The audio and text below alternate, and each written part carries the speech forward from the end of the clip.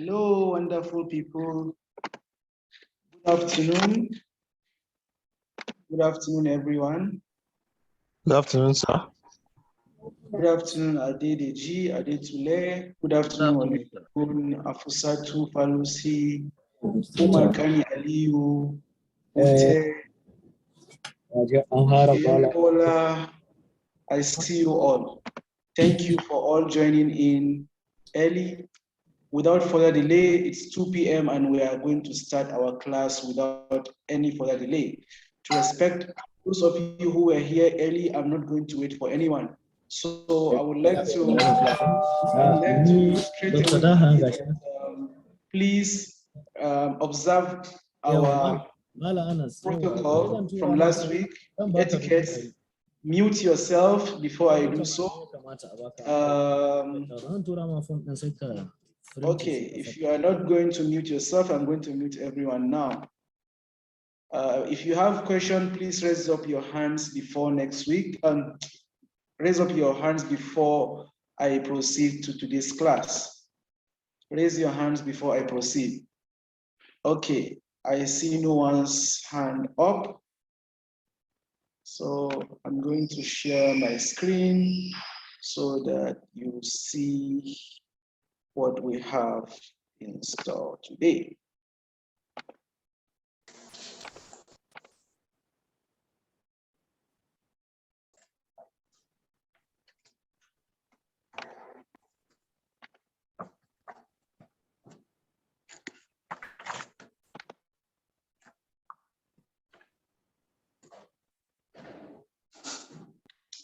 So I hope you can all see my screen. Today's lecture or facilitation would be about choosing a topic and abstract. Some of you might ask, this is not in my course material. I could say this is actually in your course material, except that today or in this facilitation, I'm focusing more on hands-on, practical. What you will need in real life, not the long theoretical explanation, but exactly how you're going to get there. And since by God's grace, I'm the one that is going to set the exam question for this module, so I'll be able to guide you properly on where you should focus on when reading for your exam.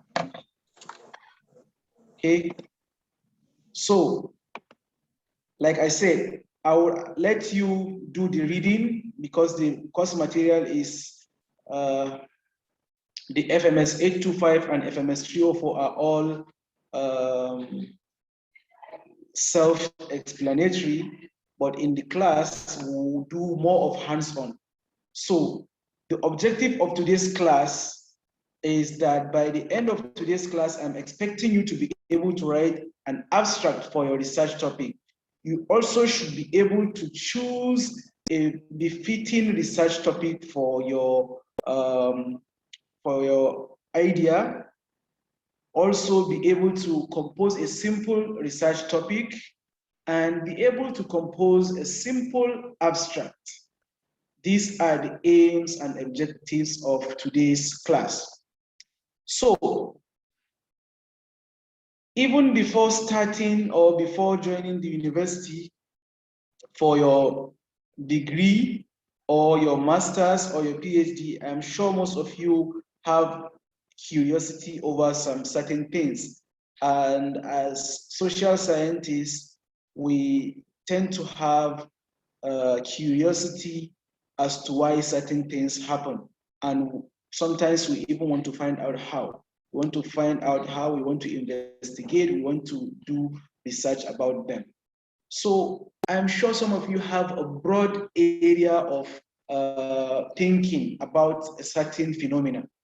You want to find out why people buy a certain product. You also want to find out why people behave in a certain way. You want to find out why people have job satisfaction. You want to find out why people have productivity, while employees lack motivation. You want to find out what are the qualities of a good leader. There are so many things that you are curious about, and that is a broad area you want to research. So you keep narrowing down. Okay, I want to find out why people purchase iPhone 13, despite it being very expensive.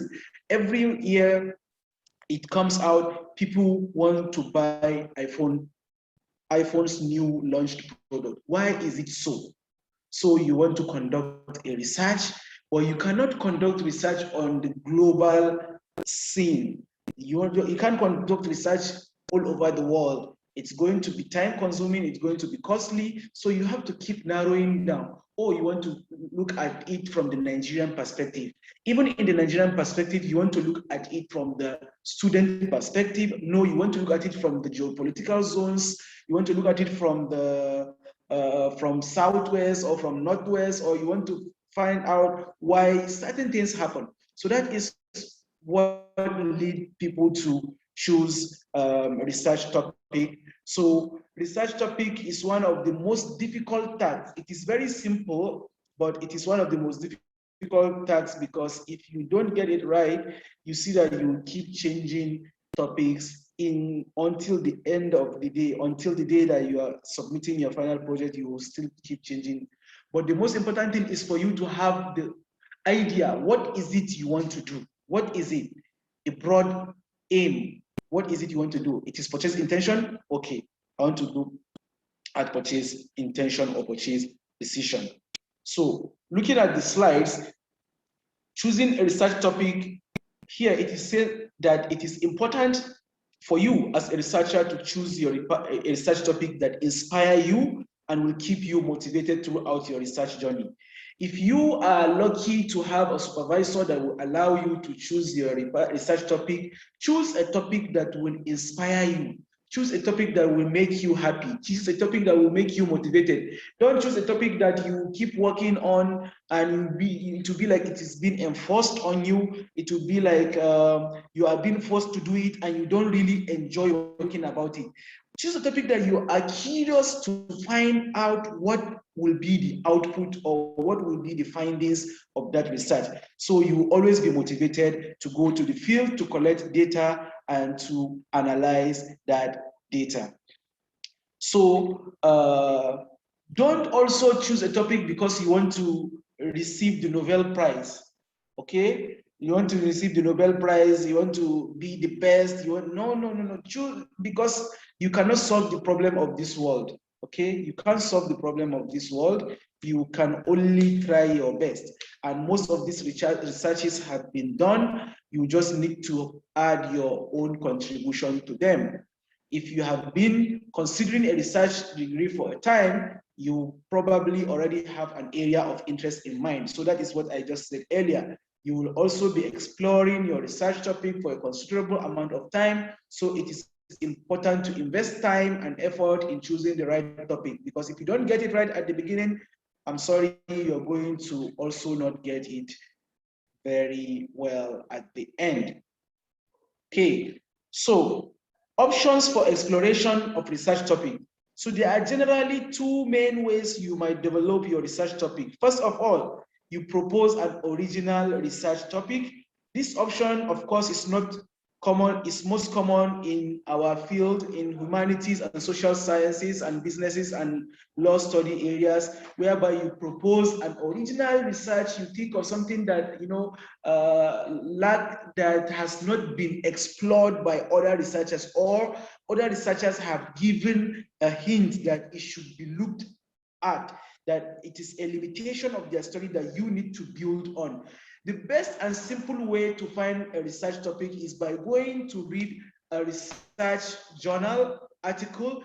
If you go to the research journal article, every research has a section called limitation. In that limitation, the researchers will tell you what they have covered and what they expect future researchers to focus on. So that is your that is the weakness of that study, and that is a strength for you, and that is an area of interest for you as a researcher. So if you are asking me, how can I get a good research topic? I will say to you, please read previous studies, be it dissertation, be it journal articles, be it book of readings, be it book of abstract, and so on and so forth. So next, it says that it should choose from a list of available research topics provided by supervisors. This option is not always available, but it's most common in science and engineering.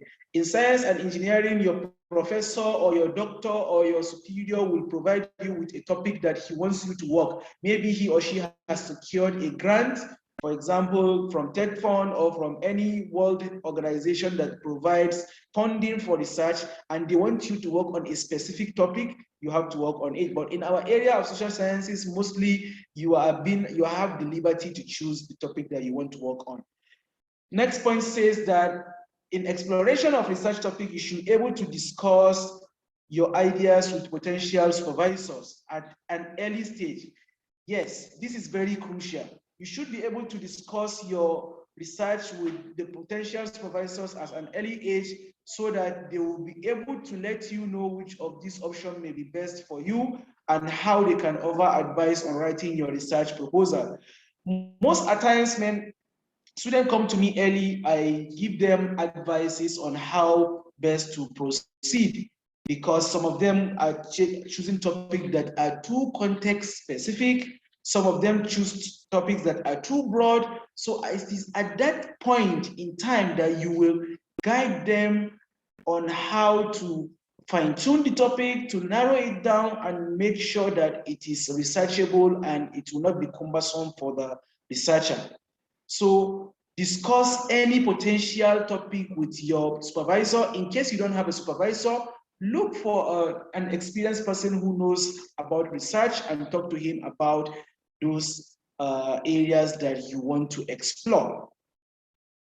Okay, next, how do you develop an original research topic? How do you develop an original research topic? So if you are planning to propose a new research topic or a topic that has not been explored before, here are some tips that should guide you. First of all, you should read a wide range of materials to find a subject that you are passionate about. Reading this wide range of materials in your area of interest would help you understand the current trends and what has been done, what has not been done, and what needs to be done. Also, you should immerse yourself in journal articles and theses associated with your topic. This is what I just said. You need to go to your university library, read your colleagues or your superiors or your senior colleagues' work and see what they have done in their thesis, and read the journal articles that have been published, so that you know you are current in the field, so that you will not even think that, oh, this has not been done, but you only later find out that, okay, it has been done 10 years ago. You have to also narrow your focus to a single research question. Be specific about it. Be realistic, be original about what you are about to achieve. Don't come and say you want to research about the purchase intention of Nigerians, the whole Nigeria. That is not researchable. It's not possible. You as an individual cannot conduct that research. You don't even have the funding to be able to collect data and so on and so forth. You take a flexible approach. As research develops, it is likely that some of your initial ideas will be challenged. So you might be in need to change or modify your questions if necessary. That is your research question. So don't be like everything is written on stone. It cannot be changed. Take a flexible approach. Once you move to certain stage and see that something is amiss, you just revert back to the drawing board and try to fix it with the permission, of course, of your supervisor or your guardian. Next point in developing original research topic is to make sure that you are up to date with the most recent development in your field. I think I've mentioned this earlier. This will ensure that your ideas is achievable and it has not already been done or it has not been addressed by another researcher. In research, what is actually most important is the currency of your research. How current is it? How trendy it is? And the novelty. What is new? What is new? We are interested in what is new, not regurgitating what people have done several semesters ago. Like what I see with most of our students is they will just go and collect topics from their seniors and they will bring it and they'll just edit it. Okay, I have a bad news for those kind of people because now the university have a policy on plagiarism, and we subject every research chapter by chapter to turn it in a software that detects plagiarism. It detects plagiarism in real time. So you will not be able to submit works that have been submitted by your colleagues anymore. You have to do it from scratch. Again, it is essential to discuss your idea with potential supervisor. This is very important because no matter how good your work is, if your supervisor did not okay it, you have to redo it, or he will say it is not the direction he wants you to go in. So you need to keep your supervisor abreast of what is happening in your research. That's why for me, I ask my student to see me every chapter by chapter. Before you go to the next chapter, you need to show me what you have done. If I okay it, you move to the next chapter. Otherwise, you have to fix some certain things before moving to the next step. So they will have an experience and expertise to guide your choice of research topic and provide ideas for your research proposal. With this, I would say if you put all these points into consideration, you'll be able to come up with a very nice and workable research topic. Now, we move to the next part of today's presentation, which is about abstract. How do you develop an abstract? Someone might even ask, abstract, what is abstract? Simply put, abstract is a summary, or think of abstract as a movie trailer.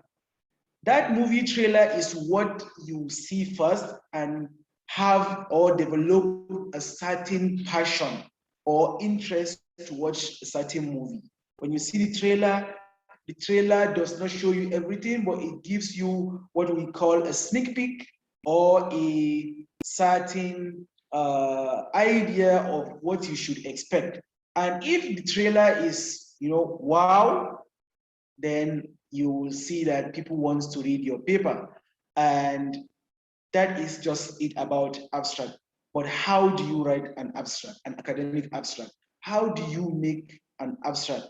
Some of you might think that abstract is just to summarize the article. Yes, it is, but there are certain chronological orders of how you should write an abstract.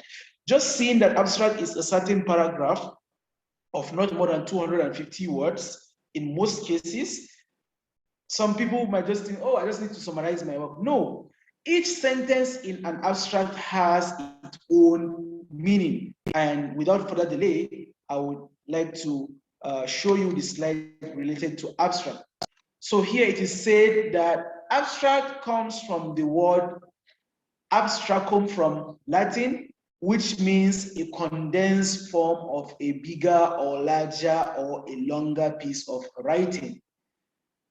Simply put, an abstract is a short summary of published or unpublished research paper. Usually it is about a paragraph or half a page, or about 6 to 7 sentences of between 150 to 250 words. It shouldn't be more than that, inclusive of what we call the keywords. Keywords, consider keywords as something like tags, hashtags in your Instagram or your Facebook or Twitter or on Twitter. You have something called hashtag. Think of keyword as that. Keywords are the main ingredient that made up of that research. There are words that will keep repeatedly, that you will be repeatedly be using throughout the research.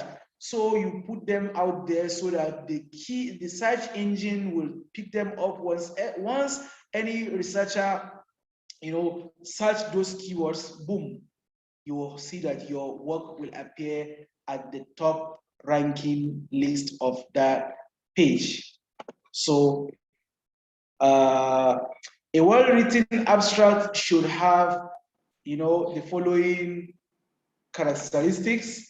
First of all, an abstract should let the readers get the gist or the essence of the paper or article quickly in order to decide whether or not to read the full paper. If your abstract is well written, one does not, or one need not to read your whole article for them to be able to understand what your whole process or your whole research is all about. Most often today, abstracts are written in terms that a layman who is not in that field would be able to understand. Okay, it doesn't mean that only a knowledgeable person in that field will understand your abstract. It is written in such a way that it is not vague, it is not ambiguous, it is very, very plain, written in plain language that is understood by anyone. An abstract prepares the reader's mind to follow the detailed information. By the way, these slides are all in your virtual learning environment. I have uploaded them and you should be able to follow along. If you log in now, you can also be following the slides along with me. Okay. And later, an abstract helps readers to remember key points of your paper. I've mentioned all this. So what are the actual contents of an abstract? Like I said, each sentence is not just there on its own as a sentence that is being summarized from the thesis or the article. No, there is a certain chronology or heading that the sentence represents. So the contents of an abstract includes, first of all, the aim or the opener or the backgrounder while you are conducting this research.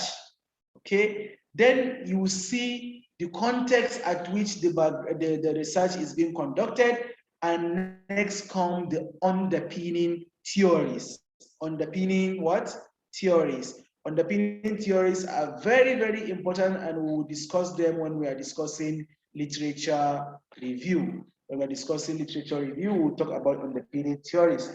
And then next sentence, we'll talk about the analytical method. What methodology do you use to analyze the data, and what method do you use to collect the data, which this is all under methodology. So if you look at it critically, the first sentence is focusing more on the introductory part of your work. The second the third bullet point, which talk about underpinning theories, also focus on literature review, and the fourth and fifth bulletproof talks on chapter 4 or data analysis. What are the main findings? What are the results? What are the arguments? This sentence, in one sentence, you should be able to summarize what you found, what are the results, and what are the arguments that you made.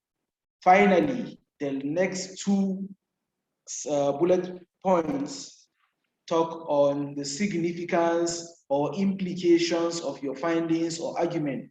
And then the final, which is the suggestion for future studies, and then you wrap it up with the key words.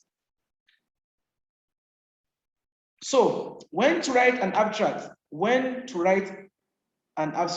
Although you might be tempted to write an abstract first, because you see always abstract is what you see first. However, abstract should be what you should write in the end, because you cannot tell us the findings until and unless you do your analysis. You cannot tell us the method that you are using unless you do your methodology. You also cannot tell us the underpinning theory until you do your literature review Same goes to the introduction. So literally, the abstract is the last thing that you write in your research work, be it thesis, dissertation, or even article, journal article. So it is not the first thing that you write, although it's the first thing that you see. It is a good idea to wait to write your abstract after the end or after you have drafted your full paper so that you know what you are summarizing. And most often, abstracts are written in past tense. Okay, not in future tense. You will not say the researcher will use this. No. The researcher used. We analyze our data using so. That is how it should be. So what makes a good abstract? What really makes a good abstract is that it uses one well-developed paragraph that is coherent, concise, and is able to stand alone as a unit of information. It should be able to cover all the essential academic elements of a full-length paper, which is the background, the introduction, the purpose, the focus, the method, the result and conclusion, the suggestion, the managerial implication, the contribution, and many more. All these things should be captured into your abstract. It contains no information that is not included in the paper. Any good abstract should not have something that when you go inside the paper, you will not be able to find it. Okay? Also, of course, it's written in plain English, just like I said earlier, in a way that even a layman will understand. Excuse me.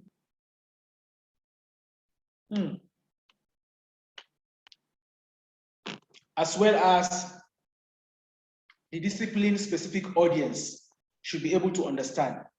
Often it's used passive structure in order to report findings, focusing on issues rather than people. And finally, it uses language of the original paper, often in a more simplified form of more general reader. So in other countries where they take education serious, you can even see that abstract at times is kind of translated into several languages that people should be able to understand, because most of these academic findings are very important for even laymen to understand how things are being done. So it's vital to write it in a plain language. Next slide is what not to include in an abstract. The surprising thing is most people even add citation to their abstract, but in abstract, we don't need any citation. If you don't know what is citation, we'll discuss in detail what citation is. And if time even permits me, I will teach you how to do American Psychological Association citation for your research.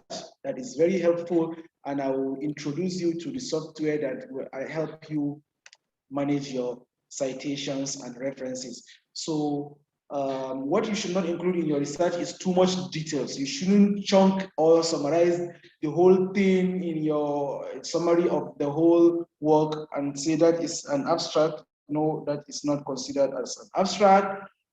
Your abstract should be intelligible on its own without readers having to read your entire paper. That is what I said earlier. People do not need to read your entire paper. Some people don't have the time. Finally, citations are not needed in abstract. Citations are not what? Needed in an abstract. Finally, I would like to show you samples of abstract. These are samples of abstract from works that I have published. And these abstracts all used this analogy and these guidelines that I have, what I have taught you just now. So I would expect you in the assignment that I will give, you should, if you so wish, visit my Google Scholar page to be able to see most of my publication, use them as your guideline. in writing the abstract for the assignment. Okay, use them, because the assignment that I give you today in the discussion forum is to use a simulation topic. Everyone will choose a topic and write an abstract on that topic. Even though, like I said, it is going to happen in reality, it happens at the end. But for this purpose of writing an abstract, I will give an exception. You can use the future tense. Just use that, okay, for this study, we will use so to analyze the data, we will use this theory, we will use that, we will use that. So example or sample of abstract, sample 1. This is from a study that I recently conducted with some of our colleagues in National Open University, and it's a study on the examining.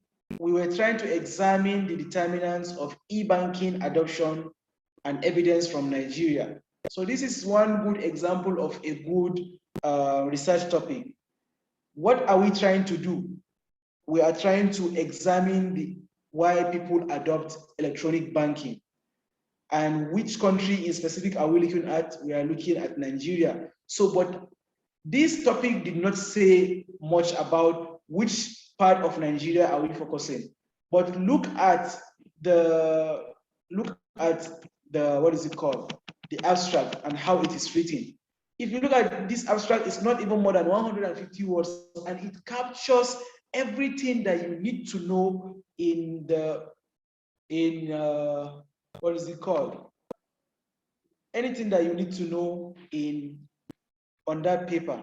Let me share my screen so that you see this paper, the whole paper, and I will read out the abstract. Okay, just look at the abstract here. It says that, remember in the list that I mentioned, what do we start with? The opener or the backgrounder. So in the first sentence, you see that it is the backgrounder that I used here. I said what? The trend of transacting in raw cash is giving way to electronic payment system as digital lifestyle is increasingly acceptable worldwide. Then I narrowed down, I said in Nigeria, several empirical studies have investigated the determinants of electronic banking or e-banking on urban bank customers. So here we are trying to acknowledge that there are several studies. I'm not saying that this is the only study, but I'm saying that several studies have done on urban bank customers. However, no study, to the best knowledge of the researchers, captured the rural bank customers. Okay, so this study intends to fill this gap by examining the determinants of e-banking adoption in the rural area of Kano State, Nigeria. So you see now here you have been told, oh, this study focused on Kano State only. And the Kano State also, not the whole Kano State, we are also focusing on rural area. So you can see that we keep narrowing down. From Nigeria, we narrowed down to Kano. From Kano, we narrowed down to rural area of Kano. And you can see that each color here differentiates each part of the whole research. The first part talks about introduction. The second part also continues. So next is, we mentioned that a survey design was employed, meaning that this study was done using a questionnaire, and the data were collected through an electronic questionnaire distributed to 198 respondents. So you see that we have 198 respondents. And how do we analyze this report?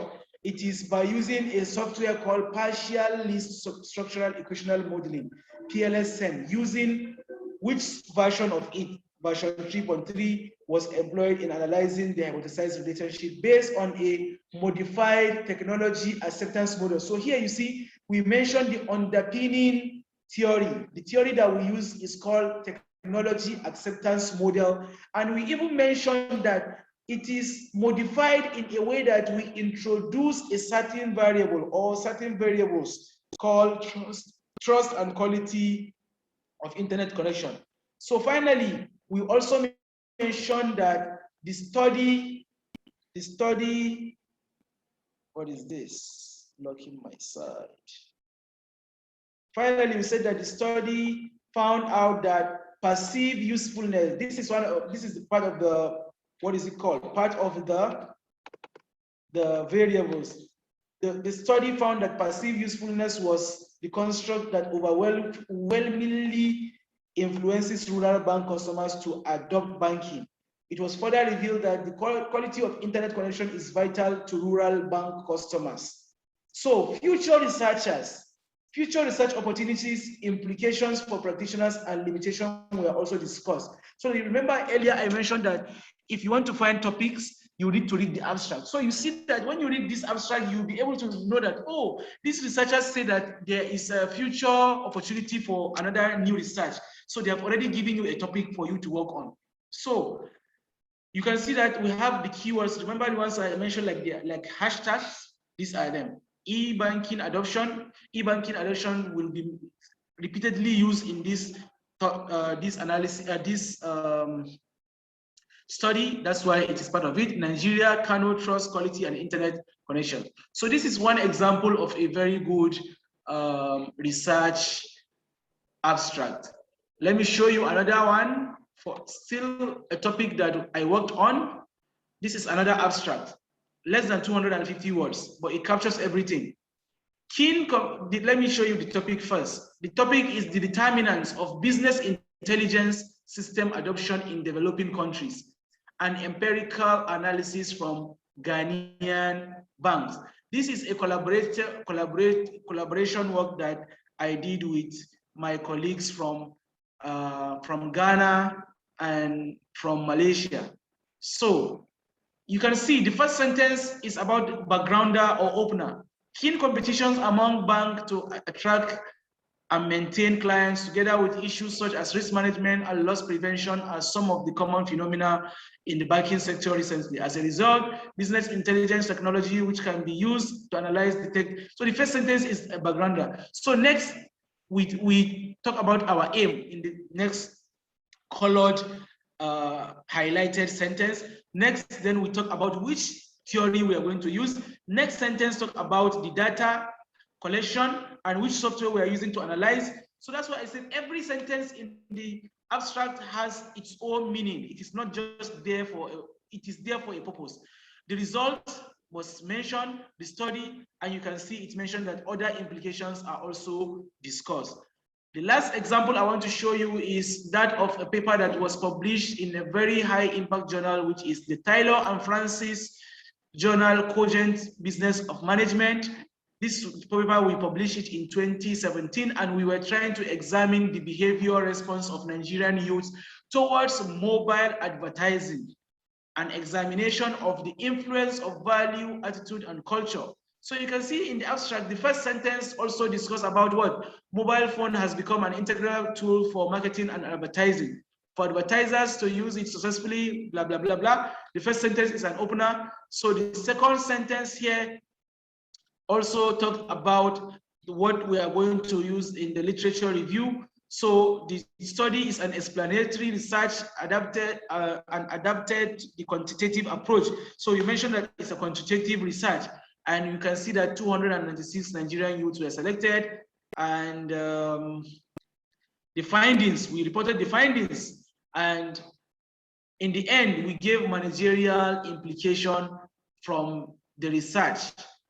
And finally, we mentioned that the study will help, which is the implication, it will help in eliciting favorable responses from the consumers toward it, which can eventually translate into increment in product purchase, thereby leading to adequate return. The keywords are also listed. Also, you can see this one, there is a public interest statement. Some journals require you to write public interest statement, which explain what you are going to analyze or what you're going to research in plain terms.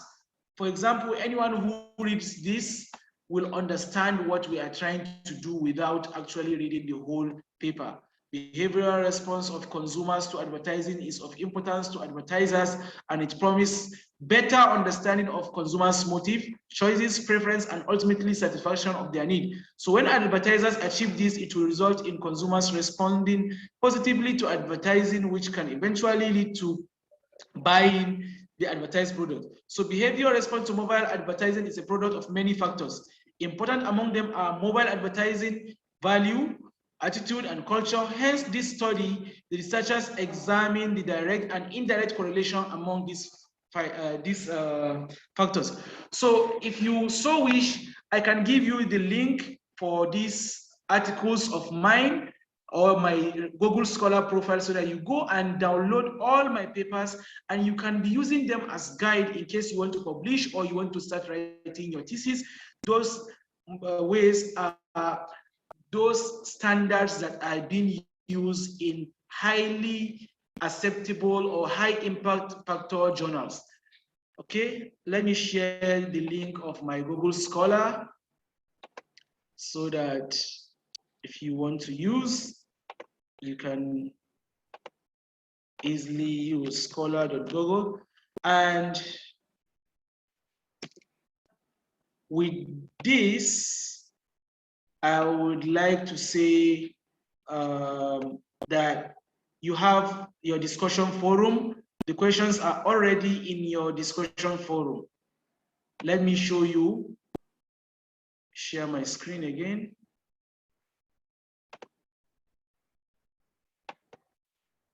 Share screen.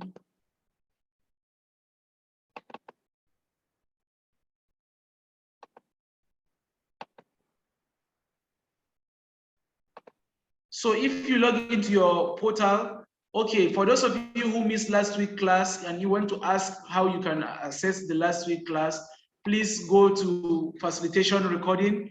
You will see that I have posted the link for the facilitation that we did last week. I have posted the link here. If you look here, where is it? Facilitation recording, facilitation recording. Okay, videos for past facilitation. For those of you in FMS 304, you can see it. And for those of you in FMS 3825 also, you can see it in facilitation sessions. So I'm opening both so that you can be sure that it is there. You just open it, click the link, enter the password, and you watch last week's class.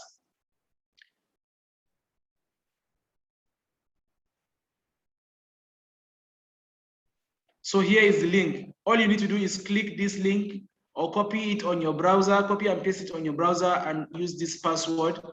This is for FMS 304, for FMS 825 also, the link is there on your portal.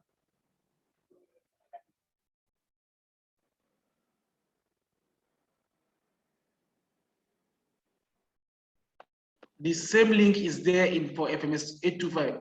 So I would like to show you the discussion forum.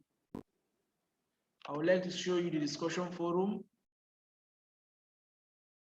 Before the discussion forum opens, okay, you go to your FMS 304 page.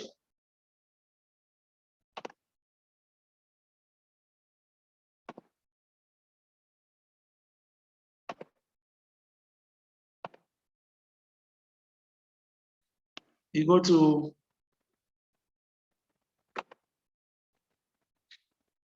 FMS 304. Okay, here is my Google Scholar page. I hope this page will serve as a form of motivation to you guys. This is my Google Scholar page. In research or as an academic, we need to be actively involved in research. And every researcher should have a Google Scholar page where you showcase all your research work and how many citations you have. This, kind of rank you amongst your peers. So this is my own page. And if you look closely, you see that I have started publishing since 2015. That was even before I completed my PhD. And these are my research items. And these are the citations. And this paper that I just showed you last or now, yes, lastly, the behavior response, here it is. When you click here, you can download it. All my papers, you can download them. There are new papers that I published in 2021, interesting papers, forwarding of WhatsApp messages, messages via WhatsApp, the mediating role of emotional evocativeness, the examining the determinants of e-banking adoption. I just showed you this one now. And texting and making calls whilst driving.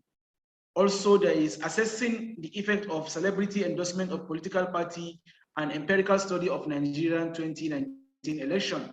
So factors motivating student intention to use enterprise content management system. So all these are very good topics that you would be able to fall back on, that will help you in your own research. So I hope that you make good use of this page. I'm going to paste the link in your chat box so that if you want to visit it, you can visit it.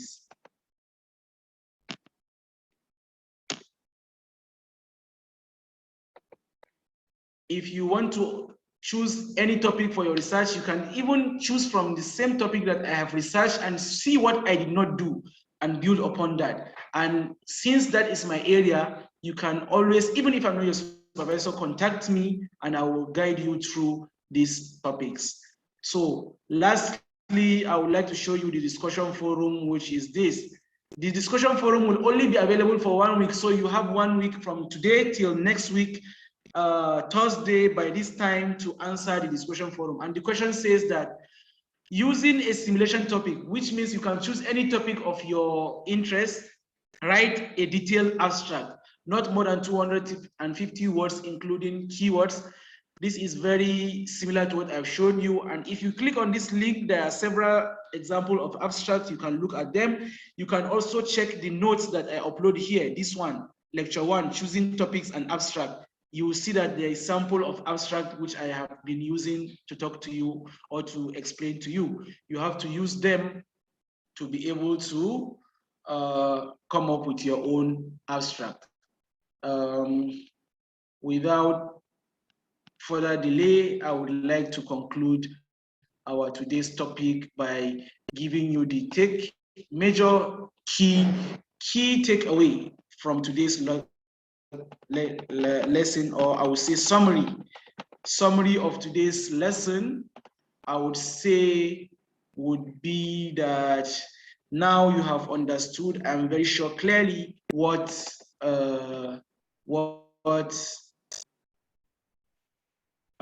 how to choose a topic and how to compose an abstract. And the key takeaway is that an abstract is like a movie trailer. People will only consider reading the rest of the manuscript if they find your abstract interesting. Write the abstract after you have finished the whole work. Pick out the statement from your introduction, methods, result, and discussion session to frame your abstract with logical flow. Edit your abstract carefully.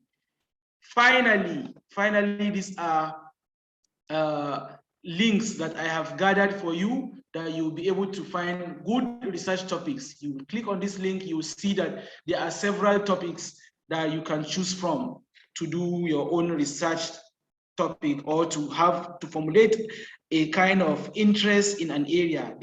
There are more than 100 topics that you can choose from there.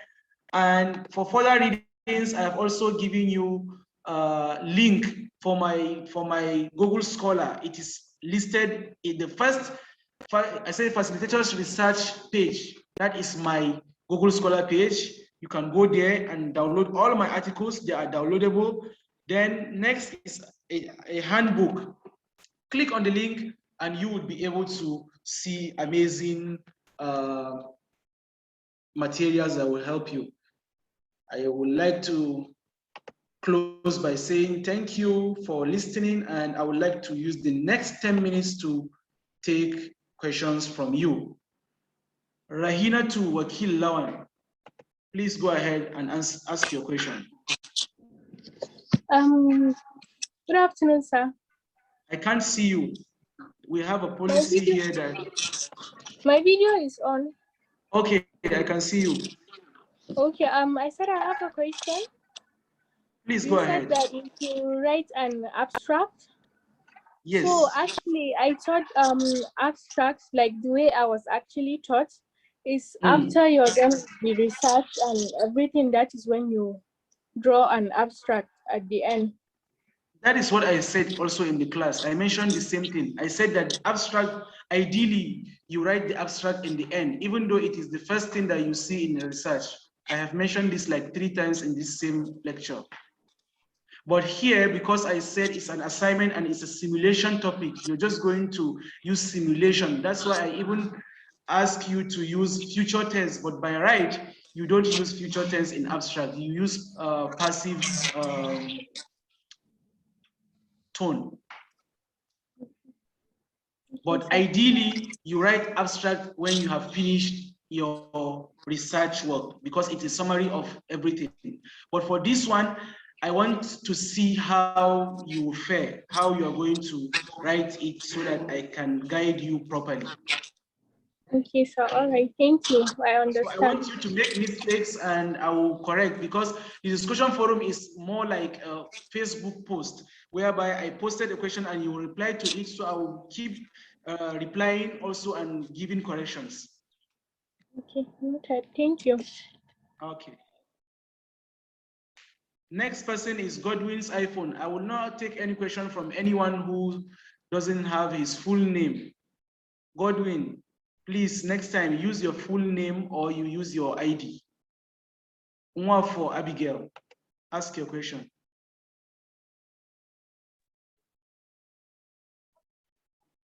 Hello, good afternoon.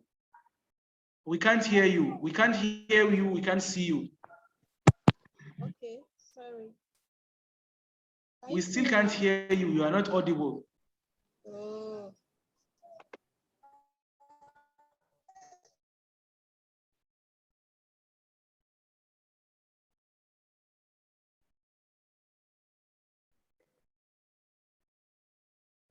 Someone is asking me, sir, are we to submit the assignment through the reply link or post form? Yes, you are submit the assignment there.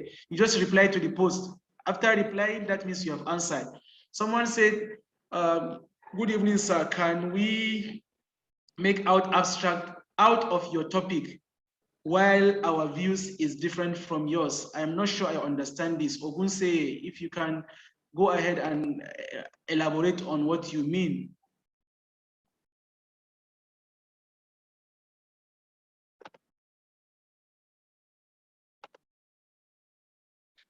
Okay, Umar Aliyu Kani from Lagos. Please go ahead. We can't see you. Yes, good afternoon, sir. I'm sorry I'm having an issue. We can't with my see you. camera. Yes, sir. Good afternoon, sir. I'm sorry I'm having an issue with my camera. Okay.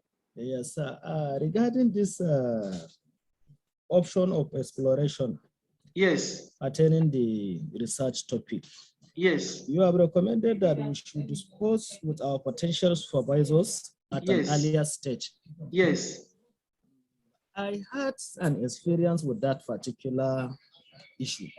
Okay. I was conducting a research and I happened to choose a mathematical method of doing the research. Okay. Precisely ordinary least square method for multiple regression analysis. Okay, ODL. Yes, sir. Yes, sir. When I presented it to my supervisor, unfortunately, my supervisor recommended that I should use questionnaire. Okay. And the research, based on my knowledge, cannot be conducted using questionnaire. Okay. Because the financial indices that I selected that time, I don't think if layman can be able to know the total amount of money in circulation within the economy. Okay. Something we call broad money supply. You can't just see somebody and ask walking down the street and ask him about that. Yes. So it is not that kind of data that you need. It's not that kind of data you need. You need a data, maybe longitudinal data. Yes, or, from CBN statistical. Yes, from NBS or CBN statistics. Those are not, you are not requiring primary data, you need secondary data. Yes, sir, but my supervisor insisted that I should use questionnaire. So in that case, what am I supposed to do, sir? Okay, in that case, you have right to request for a change of supervisor, in my opinion. If no, that to was me, exactly what what happened exactly actually. To me, what I believe is that your supervisor does not or is not familiar with what you want to do. And he wants you to go to the route that he is familiar with. Some of them will not be honest about it to tell you that, oh, I am not familiar with what you presented to me. Please go to another person. They will still want to put you through or make you go the wrong way. So if you know that you are very sure that what you are doing is the right thing, you can request for, okay, you want to see the list of the staff we have in Faculty of Management and see their area of discipline. So you align yourself with a researcher or a supervisor that is close to the field that you want to research on. For example, now I've given everyone here my research profile, where you see my research interest. So if you come to me with any financial topic, I will straight away tell you that no, I don't have experience in that field. I could assist you in other things, but when it comes to certain things, I also do not know because I cannot know everything. Yes, sir. Yes, sir. So it's just right that you should be on the supervisor should be honest with you and allow you to choose someone that knows how to guide you properly. And he was even the one that gave me the topic. Okay, if he's one that gave you the topic, then perhaps maybe I really don't know what to say. If he's one who gave you the topic, that means then he knows what he's doing. He didn't allow me to choose the topic. He chose the topic for me. And you have to be very careful about it, because if you change the supervisor and you are sent to his friend, then it will be something else for you. You have to be very careful with it. Yes, sir. Thank you very much, sir. Okay. Next is Umar Yakubu.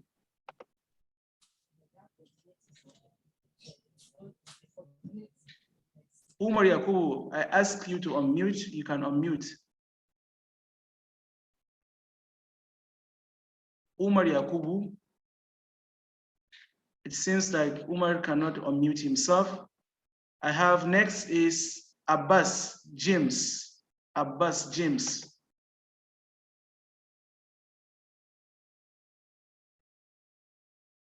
Abbas James, I can't hear you. You need to unmute yourself. Okay. Yes. Yes. Okay, good afternoon, sir. Yes. It's about the activity you will give. So I want to confirm this. When can we respond to the activities? You can respond to it right away if you want. I have already opened it. Okay. I say you put it in 1 week. 1 week, you should do it within 1 week. Okay. Okay, Ogunse has elaborated. He or she said that, sir, what I mean is that can Mr. A abstract be different from Mr. B abstract while they are using the same research topic? Absolutely, they can be different. They can be different because your backgrounder, your opener can never be the same, even if you are researching the same topic. It is just like I gave you a composition, write about yourself or write about Nigeria. You are writing about the same Nigeria, but your writing can never be the same. Everybody is writing different things. For example, in methodology, you might want to use questionnaire and you want to use a questionnaire or survey, but the other person might want to use qualitative. He wants to use observation and personal interviews. So you cannot also get the same findings. So that is just it. That is just it. Yes.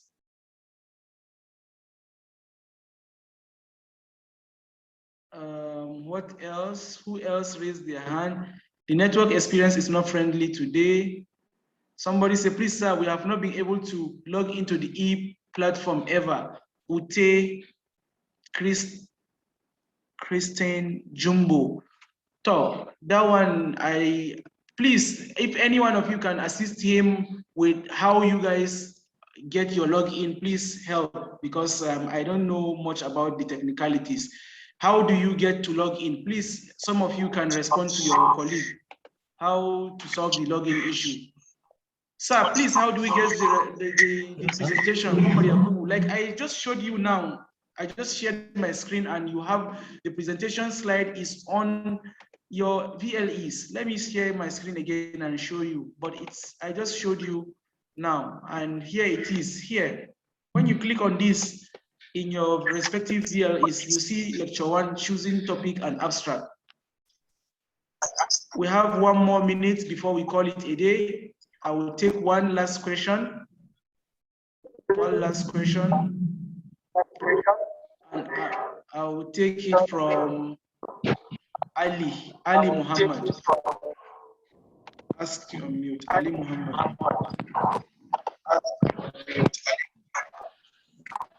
Ali Muhammad. Yes, sir. Yes. Yes. Please go ahead. Sir. So this is where you see the notes. It's here already in PDF. Hello.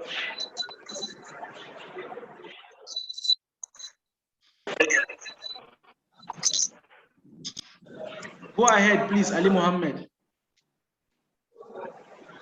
Can you hear me? Hello. If you are not ready, I'm going to ask Olusegun to ask. Olusegun. Good afternoon, sir. Good afternoon. Yeah, concerning the login page, before you can log into your e-learning, you have to use your matric number as your password. Okay. You use your matric number as your username and use it as your password. Okay. So when you log in, it will now ask you to change your password. password. Password. Yes. Okay. Thank you very much, Olusegun, for your explanation. So please, can you hear him? He mentioned how you can be able to see to log into the portal. So you use your matric name, matric ID as the username, and matric number as the password. So you'll be able to get login. And this is where you find the notes. The note is already on your e-learn portal. Thank you, everyone. My number, I'm posting my number again in case you have anything you ask me after the class. That's my number, 07057970997. My email remains dtijjani@now.edu.ng.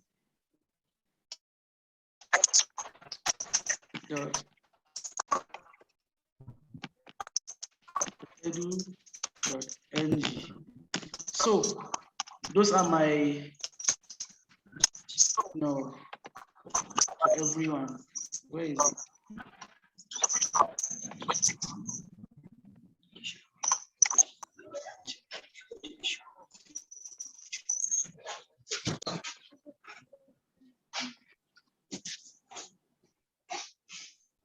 Okay, that's my number on the chat box and my email for further inquiries. Thank you and see you next week. Please don't forget to answer your discussion forum.